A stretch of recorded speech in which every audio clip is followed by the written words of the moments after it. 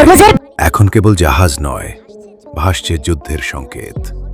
বিশ্বের জ্বালানি ধমনী খাতে জলপথকে ঘিরে আমেরিকার নৌ অবরোধের ঘোষণাকে সরাসরি চ্যালেঞ্জ ছুড়ে দিয়েছে ইরান।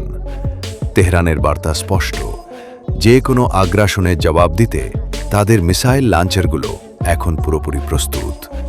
ওয়াশিংটন যখন চাপের মাত্রা বাড়াচ্ছে, তেহরান তখন সামরিক শক্তির মহড়া দিচ্ছে। সাবেক মার্কিন প্রেসিডেন্ট ডোনাল্ড ট্রাম্প জানিয়েছেন, হরমুজ প্রণালীতে চলাচলকারী প্রতিটি জাহাজের উপর নিয়ন্ত্রণ বসানো হবে। এর জবাবে ইরানের শীর্ষ সামরিক মহল থেকে এসেছে কড়া বার্তা।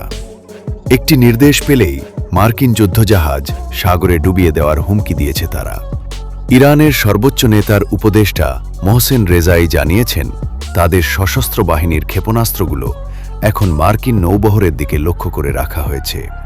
এটি কেবল হুমকি নয়, বরং ইরানের সামরিক সক্ষমতার এক প্রকাশ্য ঘোষণা।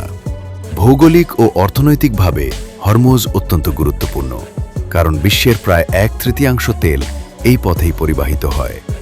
এখানে সামান্য ভুল পদক্ষেপও বৈশ্বিক বাজারে বড় ধরনের বিপর্যয় ডেকে আনতে পারে।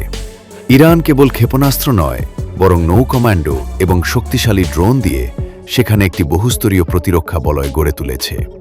অন্যদিকে সাম্প্রতিক কূটনৈতিক আলোচনাতেও কোনো সমাধান আসেনি। ইরান তাদের অধিকার আদায়ে অনড়। পরিস্থিতি এখন একদম বিস্ফোরণের দ্বারপ্রান্তে। আমেরিকা কি তাদের অবস্থান থেকে সরে আসবে, নাকি হরমুজের ঢেউয়ে তাদের আধিপত্যের স্বপ্ন বিলীন হবে? এটাই এখন বিশ্ব রাজনীতির সবচেয়ে বড় প্রশ্ন।